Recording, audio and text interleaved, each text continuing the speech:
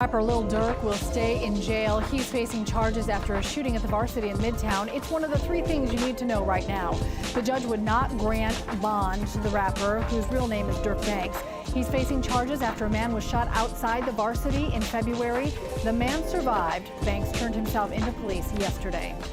Thousands of families are at risk of... We're looking at what could be one of the most significant cases in hip-hop history.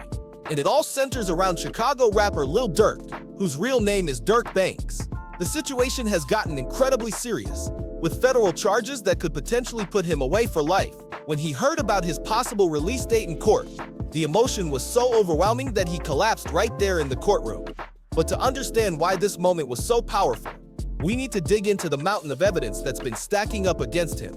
The federal government has created an entire file they're calling the end of Durk Banks. And it's not just about one incident. They're connecting him to multiple situations, including something that nobody saw coming, which is a possible connection to King Von's death. Now, King Von was supposed to be one of Durk's closest friends and associates, so this revelation has sent shockwaves through the hip-hop community. The information is coming from an unexpected source too, Von's own father, who has been making some explosive claims about what really happened.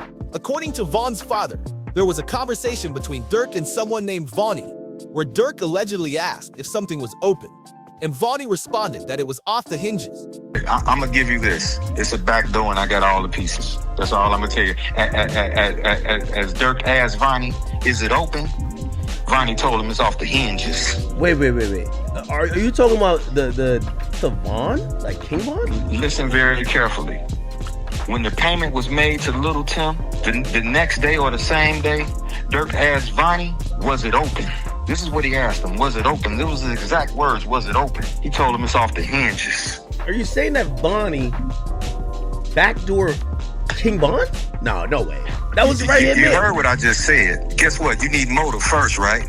I got bankers. I got bankers that'll testify that or will make a contract or make a statement to you and let you know that this is the amount of money he had, this is what he had, this is that, another. You need motive first and foremost. I got text messages from the lawyer letting you know that who told on Durk before, who told on Von before. The implication here is Chiraq. Von's father is suggesting that there was some kind of setup involved, and he claims to have banking records, text messages from lawyers, and other documentation to support his claims.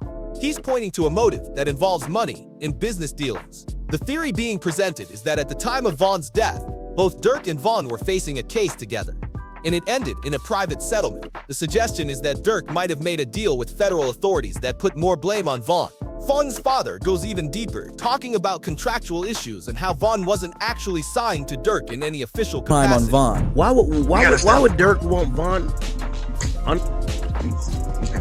Let me get this. First of all, you didn't sign your rights over. You ain't in no 360 deal. First of all, you can't bring nobody into the business and they surpass you. How you bring me to the table when I pass you up? Don't nobody want their chief spot taken, do they? That's an interesting Dude was a select. Dude was he was signing the boys. Von wasn't no select. That's interesting. I did find out that Von didn't have any contractual ties to Durk. Man, come on, man. He wasn't even signed to him. How's this his friend? He lied on Breakfast Club and said, hey, you think your man would be sitting here with $300,000 worth of jewelry on and he not have an attorney? He got a public defender. He brings up an interview where Durk claimed Von had all this jewelry and legal representation, when in reality, Von had a public defender. The father is painting a picture of someone who wasn't looking out for his friend the way he claimed to be.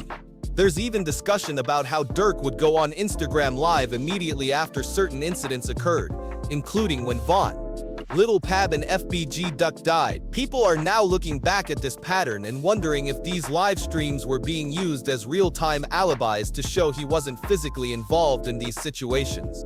The situation gets even more complicated. With Vonnie's involvement, he's Von's cousin, and now he's facing serious charges himself in connection with a murder-for-hire case. We basically confirm it because of that bottom message. But it say, K Grant, Salam Zaboom. This is my jail number. If you need to get in contact, send me a message here, inshallah. I'll call you this week. Just now able to get everything on point love. And y'all can see at the top that this was Monday, November 25th at 6:50 p.m., which means this would have been a last year text. Then it say free Uncle Schmirk, rat ass nigga with a rat emoji. Then it say K Grant. Yeah, I'm trying to plead out to a 32, which is the base for M for hire. Max is 43, which is life, 2 points for plea, 1 point for early plea. So basically he's saying they're taking off point.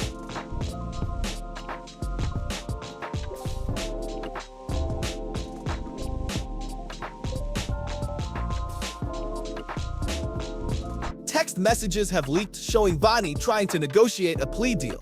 He's looking at a base sentence of 32 years for murder for hire, with a maximum of 43 years, which is essentially life. But he's trying to get that down to somewhere between 5 and 7 years by cooperating early and leveraging the fact that he has no prior criminal background. In his texts, he mentions not wanting to get got like them other boys, and he's specifically referring to someone named Jam, which we'll get to in a moment. But first, there's another family member involved, someone called Ted, who is apparently the brother of someone named D, who's described as one of Durk's main associates. Ted got picked up by police at a convenience store with a firearm that had an extended clip. The body cam footage from his arrest is dramatic. You can see Ted breaking down emotionally, tears streaming down his face, telling officers he'll tell them everything. He's begging not to be put in jail, saying he knows about multiple incidents and is willing to cooperate.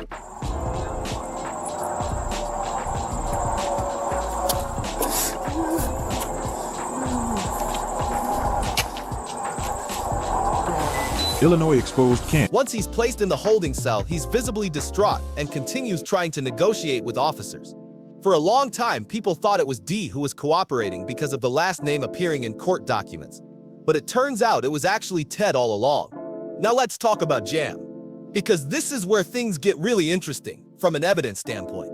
Jam was someone in Durk's inner circle, close enough to be on Instagram Live with him, close enough to receive a $50,000 gift on camera. But Jam ended up wearing a wire for federal investigators, and the amount of evidence he provided is staggering. We're talking about over 230 gigabytes of digital evidence, including audio recordings, video surveillance, and 20,000 pages of reports. That's an enormous amount of material for prosecutors to work with. There's actually footage that people have gone back and analyzed where you can see Jam on Instagram Live with Durk, and if you look closely, he appears to be holding the top of his jacket and whispering into it, which is exactly what you do if you were wearing a recording device. Durk himself has said in interviews that he could tell from a mile away when someone was going to cooperate with authorities, and that he knew Jam was acting strange. In one particularly sad interview, Durk talks about how he doesn't even allow his best friends to come to his house anymore, how he doesn't give anyone information about where he lives or details about his family. He says he watches everybody around his kids, and if anyone gets too close, his security knows what to do. It's a really isolated and paranoid way to live, and you can see the weight of it on him when he talks about it. The federal case against Durk involves allegations that he paid to have at least 2 people targeted. One was a man named Stefan Mack, who allegedly was responsible for the death of Durk's brother, D. Thaw. The other was Jam's baby mother. And prosecutors believe this happened after Durk discovered Jam was wearing a wire. They think Jam is the key to connecting Durk to all 3 situations. They're investigating. The evidence includes an Instagram story that Durk posted that just said for D. Thaw, and it was posted only 30 minutes after Stefan Mack died. There's also another video where Durk is laughing the day after this incident occurred, which prosecutors are using to establish his involvement. The cap, it's gotten the most attention publicly, is the incident involving Quando Rondo in Los Angeles, where Quando's cousin Lil Pab was killed. Federal investigators have connected several people who were in the background of Durk's Instagram Lives to this incident. These were the same people who went jewelry shopping with King Von, and they're now suspects in this case.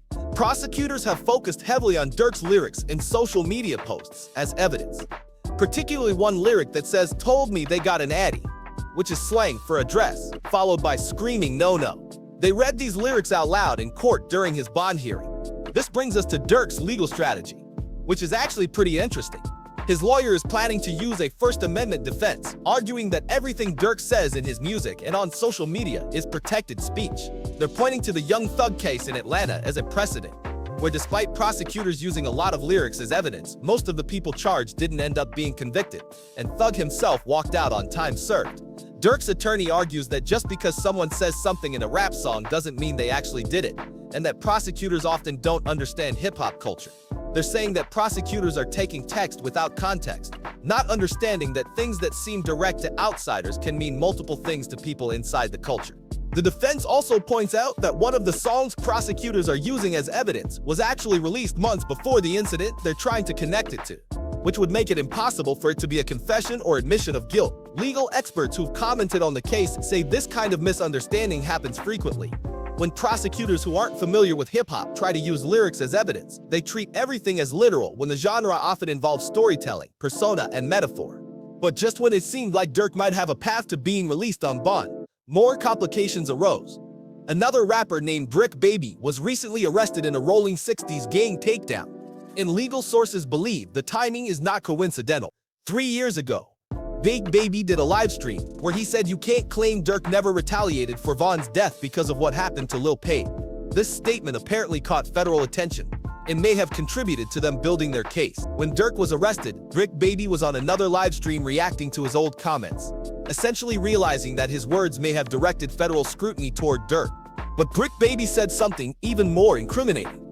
He admitted on camera that if Durk had ever asked him for Quando Rondo's location, he probably would have provided it. He said there's nothing wrong with giving your friend an address, especially when that friend lost someone close to them. He even said he could leak information to help. Now that Brick Baby is facing serious charges himself in this Rolling 60s case, lawyers believe federal prosecutors are going to pressure him to testify against Durk in exchange for a lighter sentence. Throughout all of this, there have been incidents inside the jail system as well. Durk was reportedly involved in an altercation, which led to people like Lil Baby tweeting that Durk was his only focus right now. There are also reports that members of Durk's crew are being targeted on the streets of Chicago, with at least one close associate being killed recently. Some people found it suspicious that on the same day these incidents were happening, both Quando Rondo and Lil Tim, who was the person who shot King Von, both released interviews where they talked about wishing things had been handled differently and showing respect toward the situation. Some people think this is just coincidence, but others believe it was coordinated to make sure they wouldn't be investigated for any retaliation. The prosecution has been strategic about when they reveal evidence. They delayed Durk's bond hearing to gather last-minute evidence, and there's been chatter in the courtroom about new cooperating witnesses. Between Vonnie negotiating his plea, Ted's body cam footage showing him willing to talk, Jam's massive evidence dump, and now potentially Brick Baby being pressured to cooperate, the walls are closing in from multiple directions. This is Durk's third attempt at getting bond, and according to his father, who spoke after the most recent hearing, the judge was very fair and wasn't acting as either a prosecutor or defense attorney, but was focused on justice. His father seemed cautiously optimistic, saying they were pleased with how it went and asking people to keep them in their prayers. The judge said he would make a ruling in the coming days. The case has become a massive talking point in the hip-hop community. This is a real victory. Now that demonic force was a dark force. It was a dark energy. I think we now finally get to put that fire out. I don't think we'll hear drill music ever again. I don't think drill rappers would ever be celebrated ever again. Down goes the drill. So this is a victory for law-abiding Americans who like hip-hop music but don't like the killing part Some of it. people, like Charleston White, have called it a victory against what they see as the glorification of violence in drill music. He suggested this could be the end of drill rap being celebrated. Others see it as another example of the criminal justice system targeting black artists and using their creative expression against them. The debate about whether lyrics should be admissible as evidence in criminal trials has been going on for years, and this case is becoming one of the most high-profile examples. What makes this situation particularly tragic is how many people who were supposed to be friends and family have ended up turning on each other. You have Von's father speaking out against Durk. You have Vonnie and Ted cooperating with authorities. You have Jam wearing a wire after receiving significant financial help from Durk, and potentially Brick Baby being pressured to testify. The street code that used to keep people from cooperating seems to have completely broken down when people are facing life sentences. Durk's own words and interviews have come back to haunt him in a way. He talked about being able to spot a snitch from a mile away, about not trusting anyone, about keeping everyone at a distance, but despite all that paranoia and caution, he's now in a situation where multiple people from his inner circle have provided evidence against him. It raises questions about whether it's even possible to maintain both a public persona as a street figure and avoid legal consequences in an era where everything is recorded, posted online, and can be used as evidence. The outcome of this case could have implications far beyond just Durk's personal situation. If the First Amendment defense is successful, It could make it harder for prosecutors to use lyrics as evidence in future cases. If it fails, and Durk is convicted based partly on his music and social media posts, it could have a chilling effect on artistic expression in hip-hop. Either way, this case represents a collision between street culture, social media, the music industry, and the federal criminal justice system. And whatever happens will be studied and referenced for years to come.